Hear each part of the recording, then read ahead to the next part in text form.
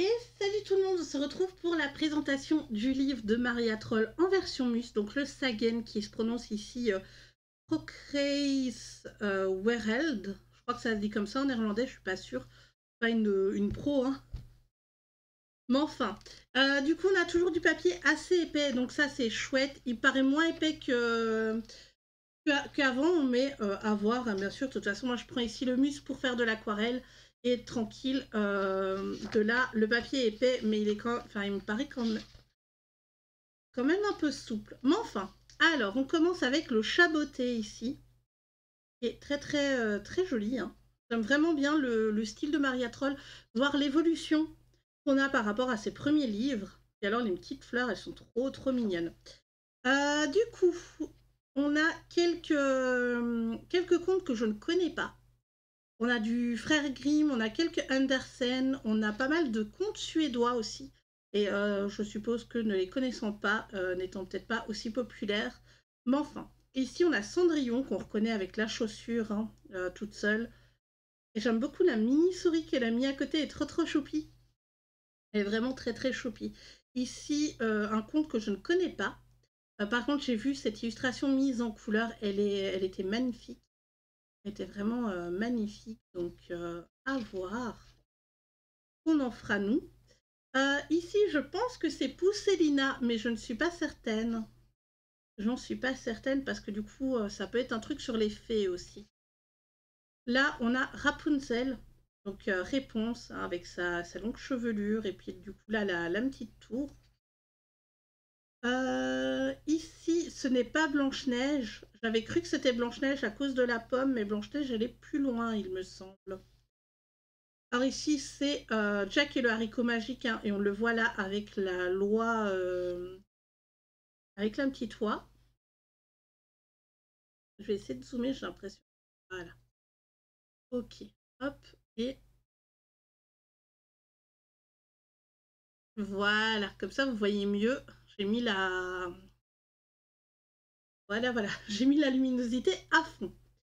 Ici, c'est un conte chinois, il me semble, hein. Chinois ou japonais, mais en tout cas, je ne le connais pas non plus. Du coup, ici, nous avons la petite sirène. Waouh. Franchement, vraiment magnifique. Alors ici, c'est Alors, c'est un truc, je crois, avec la chèvre et le coffre doré. Un truc comme ça. Alors oui, c'est un chien qui fait très peur, hein, avec les yeux globuleux comme ça. Mais il est sympathique, hein, quand même. Il est assez sympathique. Ici, du coup, ici, on a un prince, une princesse. J'aime bien le côté minimaliste des personnages et vraiment les fonds très détaillés, évasés comme ça, parce que oui, il y a quand même pas mal de petites feuilles à mettre. Ça peut être très intéressant à faire. Ensuite, nous avons le chaperon rouge. Et j'aime beaucoup cette page avec le visage du chaperon rouge et de l'autre côté du loup. Je trouve ça très intéressant au niveau composition. Et alors, mais franchement, moi, les pages comme ça ici, d'illustration de contes, je trouve ça vraiment chouette. J'aime vraiment bien. Mais enfin, ensuite ici, on a ce qui pourrait être aussi Pousselina, hein, mais elle a déjà les fées, les ailes de fées. Donc ça, je pense que c'est pas Pousselina, mais que c'est un conte sur des mini-fées, le monde des fées, peut-être, je sais pas trop. Ici, nous avons le vilain petit canard qui se transforme en joli oie, en joli cygne, excusez-moi, une fois passé adulte. Ici, ça doit être un conte suédois, je pense, hein. Je les ai pas tous, malheureusement, vu que c'est écrit en néerlandais et que je ne parle pas le néerlandais. Alors ici, on est au petit soldat de plomb à qui il manque une jambe. Je pensais que c'était Casse-Noisette au départ, mais non, c'est le petit soldat de plomb. Je ne connais pas du tout ce conte. Je pense que, justement, à force de regarder enfin, de faire les illustrations, j'irai justement voir le nom du conte que c'est et lire le conte, en fait, pour pouvoir m'imprégner. Alors du coup, ici, on est sur La Belle au bois dormant. J'aime énormément aussi, La Belle au bois dormant. Alors là, ce n'est pas le monstre du Loch Ness. J'avais cru, hein. J'avais cru que c'était le monstre du Loch Ness, mais non. C'est un conte suédois, je n'ai pas le nom. Mais je trouve vraiment très mignonne, cette page. Vraiment trop pipou. Et j'aimerais avoir plus de livres dans ce style, un style un peu enfantin, très minimaliste au niveau du... Parce que voilà, les personnages sont assez petits par rapport au reste. Ouais, minimaliste, c'est plus quand on n'a pas beaucoup de détails. Mais enfin, je me suis comprise. Du coup, ici, c'est son petit frère qui s'est fait transformer en daim, je crois, hein. Ça ressemble en tout cas. Et là, cette page-là, je la trouve très jolie avec la cage à oiseaux dans le fond. Elle est très très belle. On a justement ici Blanche-Neige avec les nains. Voilà, elle a mis les nains là dans le décor sur la... Comment dire?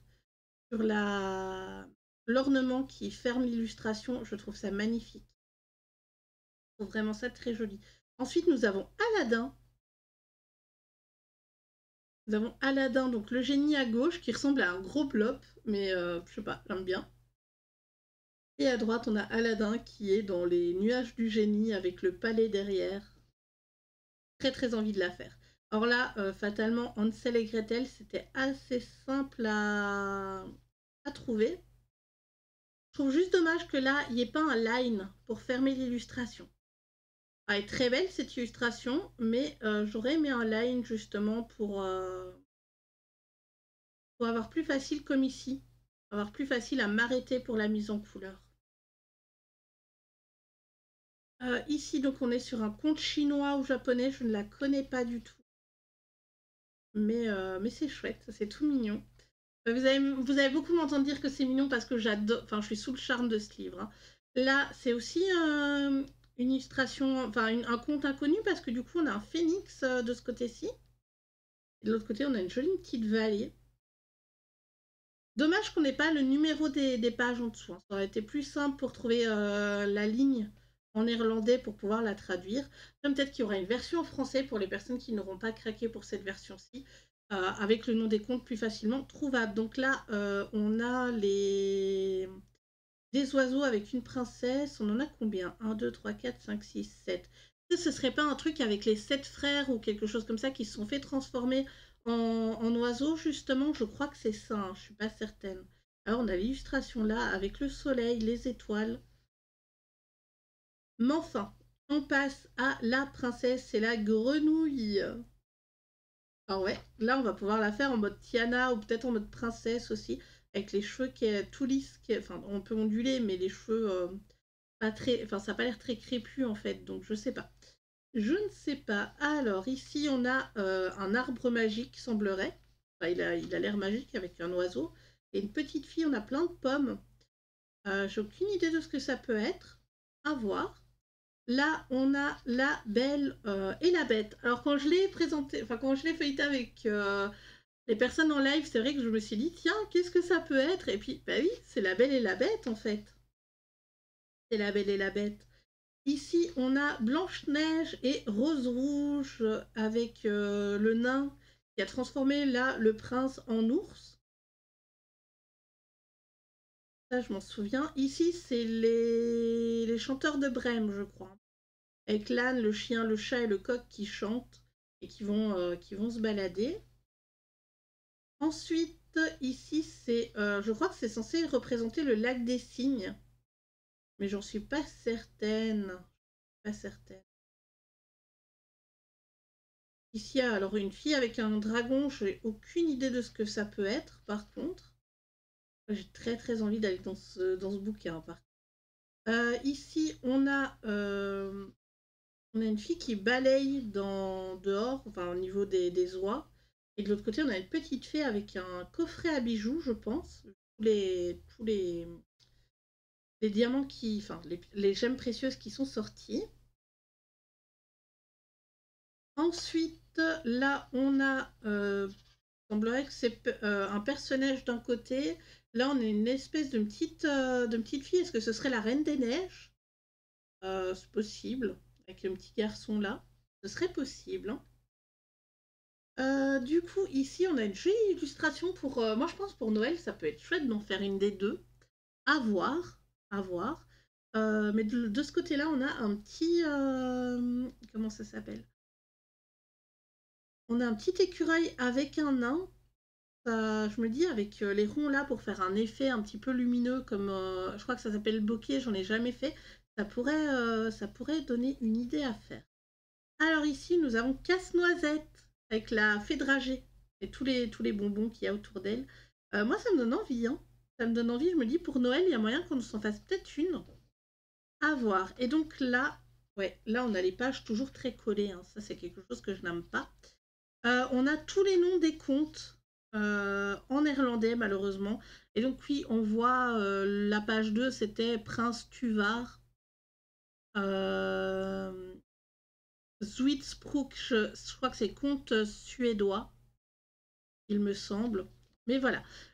Du coup là, on a une petite photo de l'illustratrice avec un petit message pour la présenter. Comme je dis, je ne parle pas très couramment le néerlandais, voire très très peu, à part dire bonjour, me présenter et compter jusqu'à 10, je ne sais pas plus. Mais en tout cas, c'est une très très jolie pièce. Par contre, j'ai vu qu'il était un peu noirci là sur le côté, donc il va falloir que je pense à le couvrir, justement pour le garder bien propre. Et je vous laisse là pour la présentation de ce bouquin. J'espère qu'elle vous aura plu. Et je vous dis à très bientôt pour une prochaine vidéo.